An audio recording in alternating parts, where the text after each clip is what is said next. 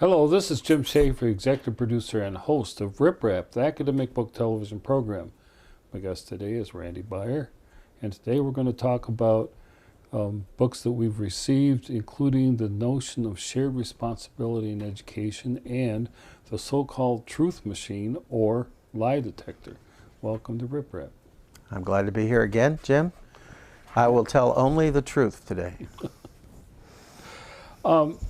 This book, I wanted to lead to a discussion a concern that I have with education. It's a slightly older book. It's Building Shared Responsibility for Student Learning by Ann Cosmas and Jan O'Neill, and I really like this book because it talks about how everyone is involved with the school community has a shared responsibility.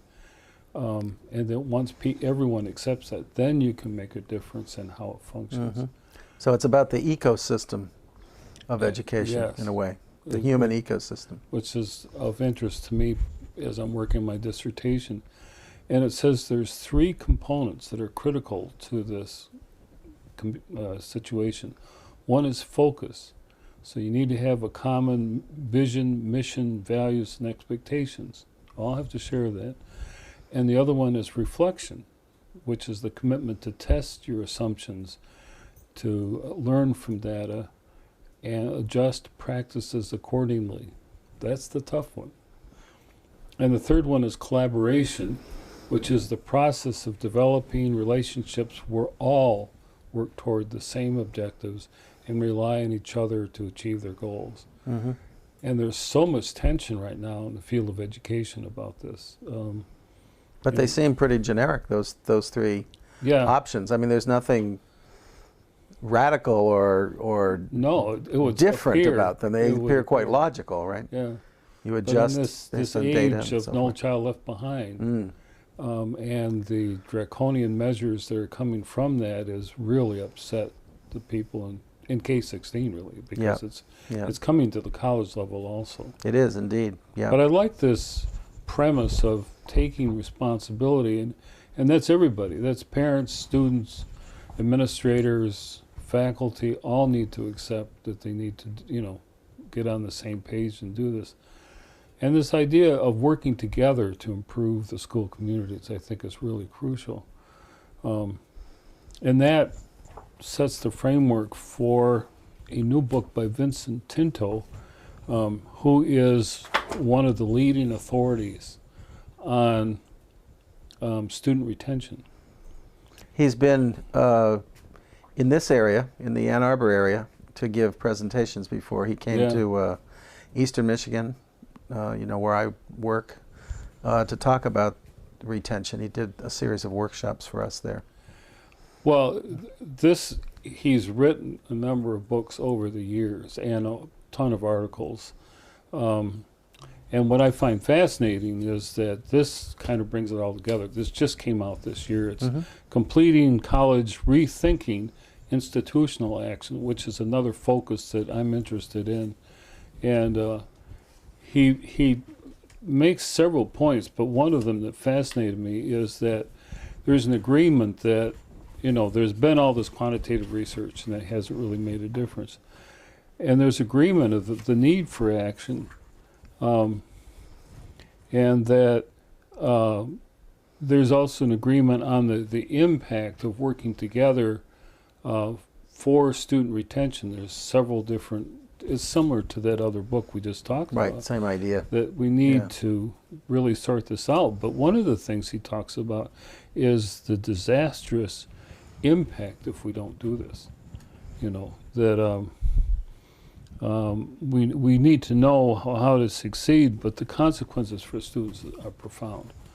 And so that, for example, as many as 50%, if not more, all beginning college students are undecided or uncertain about their educational vocational futures.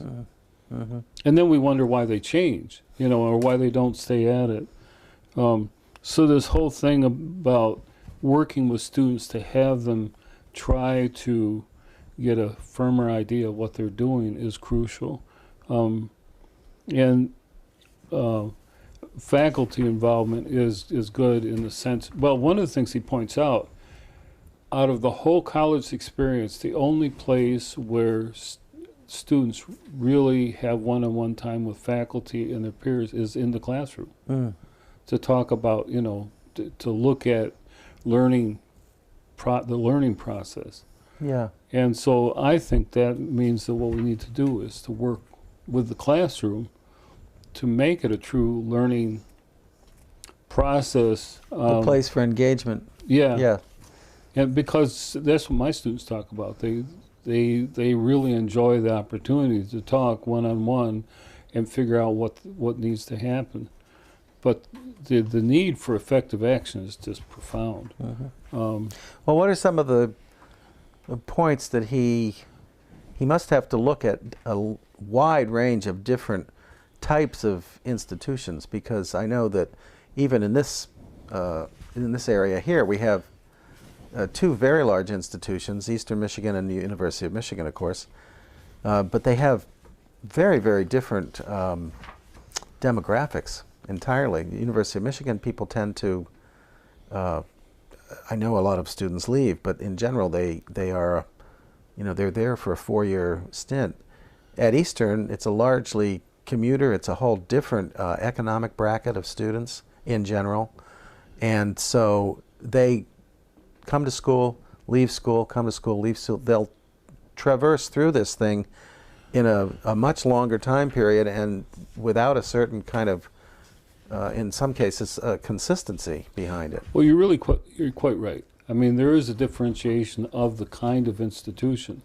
And I was talking to the Vice Chancellor for Student Success at Wayne County Community College, and he was making that point, that community colleges have a different population, different dynamics. You're right, I should have included. What might apply for a 4-year university wouldn't necessarily apply to a community college, where someone may go there just to get a certificate and maybe doesn't even need the total certificates, needs certain classes. Right, in order classifications, to be a mechanic qualifications. Or something. Right, I should have mentioned our community college too, because of course our county, Washtenaw, has a very large community college, and then 2 or 3 private schools in town as well. So it really does cut across different institutional goals and whatnot. One of the interesting things he talks about is the need for the administrators to agree on what they're doing, because they set the tone, they set the pace, they set the framework for what happens at an institution. And it's easy to look at students as coming and going, but it's harder to work through how you're going to address the needs of the students. Yeah. And there's a lot of initiatives that colleges are making, like summer programs, additional orientation, additional advising. At Wayne County Community College, they're wondering if they need developmental programs instead of that of increasing tutoring. In other words, that the people would take the same level, but they would have more help in meeting the objectives for that class. Yeah. And so, but I thought, and what was interesting also is that he defines a difference between student retention and student persistence. Student retention is from the institutional point. Right, yeah. Okay. Student persistence is from the student's point. Right. I'm going to get that degree, I'm going to go back, even if I have to stop for a while, work, get enough money. And go to different institutions, but the institution will count that as a short student retention. Oh, well, this is a problem. The data collection and getting funding from both state and federal sources is very problematic on this issue, because I know some schools, probably including my own, come up against this 6-year limit, and whether you can get funding and whether you can qualify certain students for funding, whether they can get financial aid, because a lot of students tend to take classes when they've got money, you know, not take classes when they don't, and also they try to fit it into work schedules and do both. And but that is a big problem. It's really hard. In my own classes. And in your case with a community college. Yeah, there's students. Well, first of all, they don't know, if they're first generation students, they don't know what options are available to them. that they don't know how to do. You the mean planning. first time in college kind Yeah. of students? No, yeah. I mean first generation, that within their family, they're the first people to enroll in college. That's what I meant. Yeah, Yeah. right, exactly. And there's right. a lot of them. Yeah. But yeah, this whole thing. For example, one of the things he points out in the book is, well, if you enlarge the scope of the data to more than 4 to 6 years, you get different results. Mm-hmm. Because people will, and I've had a lot of students do that, they may come back 20 years later and to finish up. I mean, in my case, I was on the 12-year plan. It So wasn't how do you- intentional, but I mean, it took me 12 years to get my BA. Another thing he talks about in terms of defining the situation, he talks about if students return to the initial institution, it's called discontinuous institutional retention. If they enroll in another institution, he called it delayed transfer or discontinuous student persistence. Okay, he's got these various categories in order for Well, I him think to... it's a refinement to try to understand the Yeah. dynamics of what the students are doing. There may be all kinds of things that they run into. And that's the first generation college student is an important thing, because a lot of people are having to go back to college. They may have been a tool and die worker. Yeah. I've got a truck driver in my class this semester. They have had no experience with the college, with college or what's required. Sure. Nobody in their family has, and so they're going to keep at it. But it may be that they need to take a time out. Or Well, something. the other aspect of retention that I'm thinking about is I don't know if you call this the scholarly aspect or the love of learning aspect, but college has a purpose in many ways, and maybe that's just reflecting my liberal arts bias or something, but there's a purpose of learning. I mean, if you want to have a well-educated democratic society that can make decisions, intelligent decisions, you need an educated public, you need an educated population, and it doesn't have to be at a 4-year private school. It can be at a community college, a public university, a wide range of options.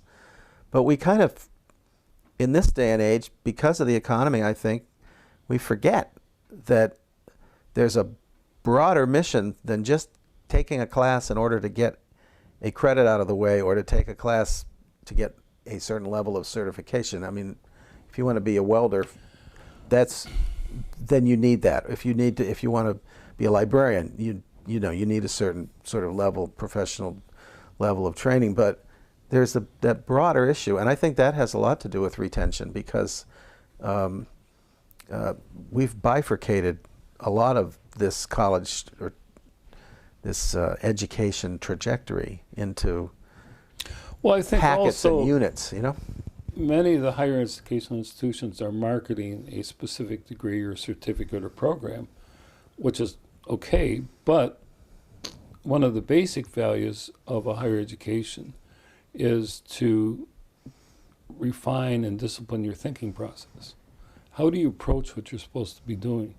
You can do research on ordinary, everyday things. Exactly right. I mean, it takes a lot of critical thinking, whether it's a sort of technical field or a human-based field, or even a research-based type of field. I mean, it really does take a way to understand the discipline, and that's a trajectory that takes time. It has and a lot of pathway. work. It's Right. additional work beyond just taking the class. Right. What are you going Right. to do with the class? How is that fitting into you, how you think and function as a person? I had one student this semester who started out going for a nursing program, and now he's changing to, HVAC or the air conditioning? Air conditioning, yeah. Heating, air Right, conditioning right. thing. Because after he reflected on it and talked to a counselor, he figured out that was more interesting to him than nursing. Yeah.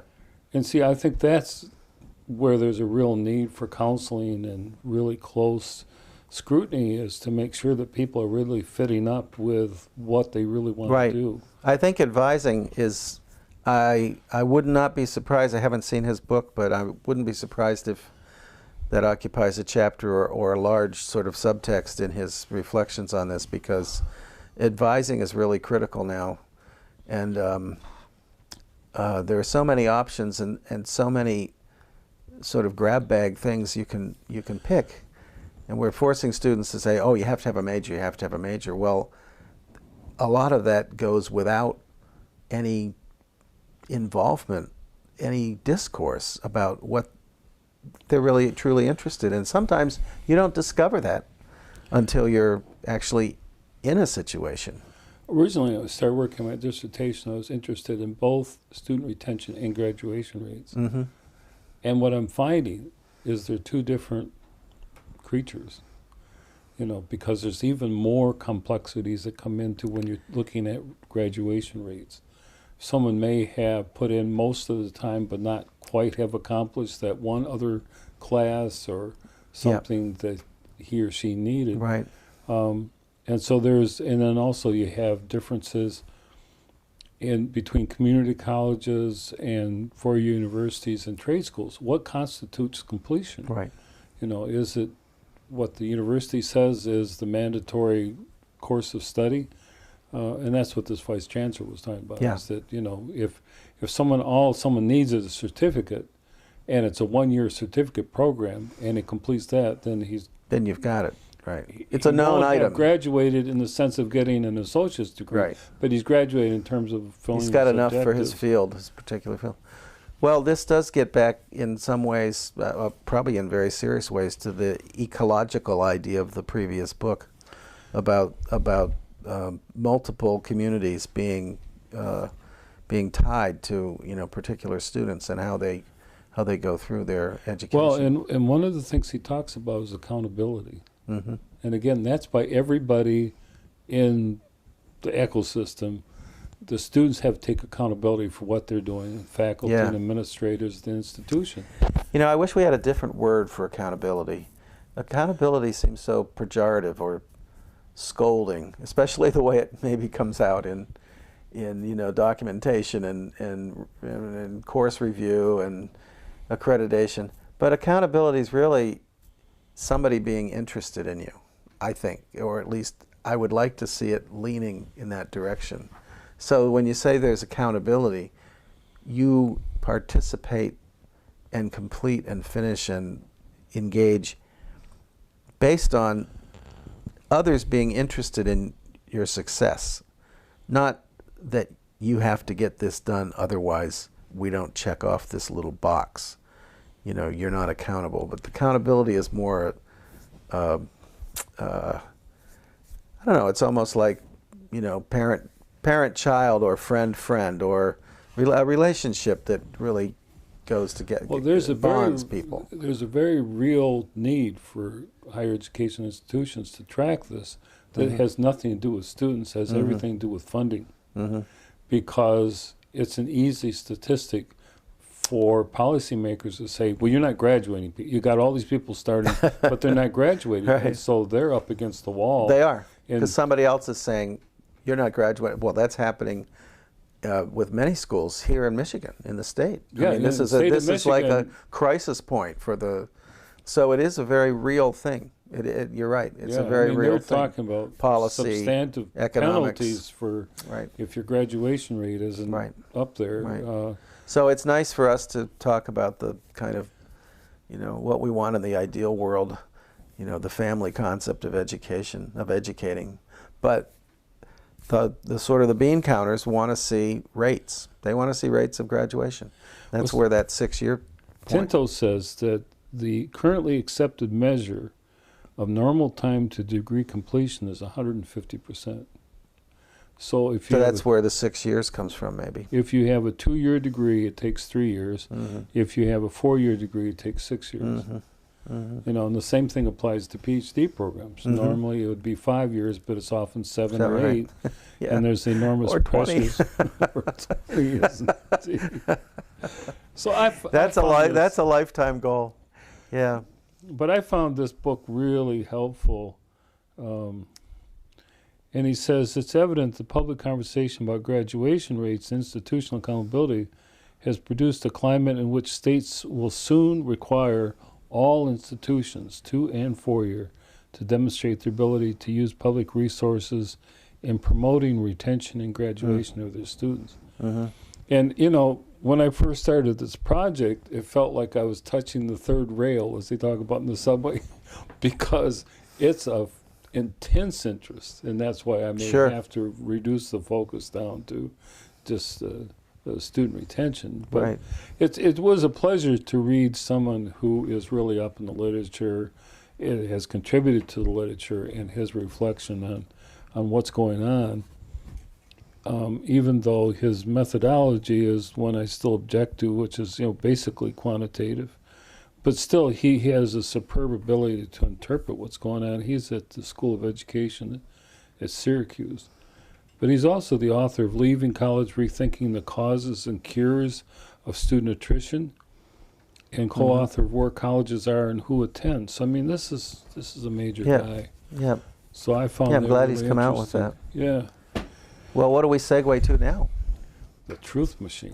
Speaking of being educated. Why don't we take a look at this? This, I understand, is on lie detectors. I haven't seen it yet. Yeah. The social history of the lie detector, the truth machine.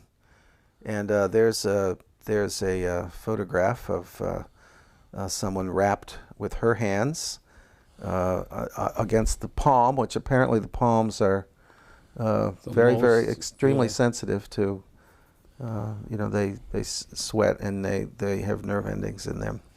So, but I thought this would be interesting for you to talk this about. This is written by Jeffrey C. Bunn from Johns Hopkins University Press. But it's the illusion that a machine can tell your metaphysical condition. Well, that's or a nice, mental or that's a moral. great way to start the discussion, I guess, because there's a broader issue with this in terms of anything that comes from technology. We think that it gives us a truth that's more objective and final, and one wonders sometimes why. Well, there's a couple things I noticed about that book. One is, as far as this ambiguity, is that O.J. Simpson, after he was found guilty, recorded some excerpts, and there were two different sets of people who ran it against lie detector machines. One said he was absolutely lying, and the other one said he was absolutely telling the truth. Amazing. Well, in his mind, he so I mean, you convinced know, himself what that- is going on here? Yeah. You know, it's an example. If you turn the machine on, the machine's going to give you all that truth. And I've never been on a lie detector machine. I've always been curious about it, but I would, just thinking about it, wonder if I would be so nervous by being asked these questions, if I, you know, would be, my nervousness would project that I was telling a lie as opposed to, you know, really trying to deceive the thing. I've heard stories that the way that you can deceive the lie detector test is to do just that, is that you raise your reactivity. Your level of anxiety or something? So that it doesn't reflect Right. anything. It's just a kind of a high Yeah. plateau of reaction to everything, and then it's inscrutable. They Yeah. can't really read it. Well, The Truth Machine, A Social History of the Lie Detector. Let's look into this. He has chapters of some pretty enticing things. A Thieves' Quarter, A Devil's Den, The Birth of Criminal Man, The Emergence of Criminology as a Field, The Enigma of Female Criminality, Fearful Errors Lurk in Our Nuptial Couches, The Critique of Criminal Anthropology, The Mistake of the Machines, To Classify and Analyze Emotional Persons, The Mistake of the Machines. And the chapter is called Some of the Darndest Lies You've Ever Heard, Who Invented the Lie Detector? And The Quest for Euphoric Security. What a great term. So the first chapter here, the introduction, is Plotting the Hyperbola of Deception. So he's really looking at so many broad, sort of really interesting social ideas about what's there's nature. a need in the social history, or it's been shown in social history, to identify the liar. And, you know, they talk about in there about how this is sort of a Christian thing, about the sinner.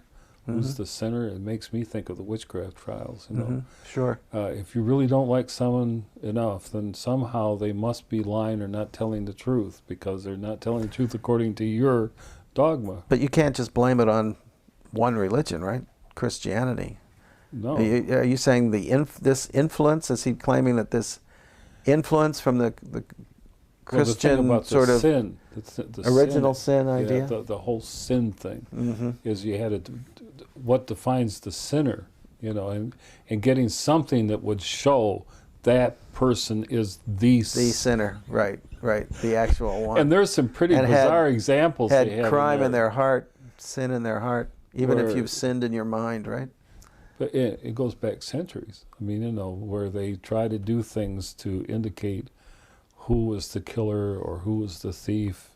You know, they had one case where there was 2 corpses, kids, and then supposedly when they asked the bodies if this was the murderer, they became robust or something. There's some kind of... Lazarus comes from the Lazarus machine. And other examples where someone started bleeding, and so they said, well, that must be the murderer. Yeah, right. That but really there is does this inability, get back to which it seems to me there's an inability here that it addressed. So we don't know. We don't know how to read nonverbal language. We don't know each other well enough in order to figure out when someone is lying. You know, just as an offshoot, Judith Becker, the ethnomusicologist, has done kind of empirical work on listening, how people listen, and she tries to determine what she calls deep listening, fully concentrated, almost like a body experience of listening, so that you're within the listen, and the kind of social and emotional changes and feelings of deep listeners. So she's done research on them. She's done the research using polygraph technology, because the polygraph can read states, certain physical states, through sweat or light reactions and whatnot. In fact, it gives a description here. The classic polygraph exam involves simultaneously measuring a suspect's blood pressure, breathing rate, and electrical skin conductance. As a series of questions that require yes or no answers as a series are asked. But the person can also be subjected to more covert scrutiny. Behavior symptoms are observed before and after the test is performed. Cameras behind two-way mirrors may record gestures and nuances of expression. Well, thank you for being on Rip Rap. It's my pleasure to be at Rip Rap. Yeah, once again.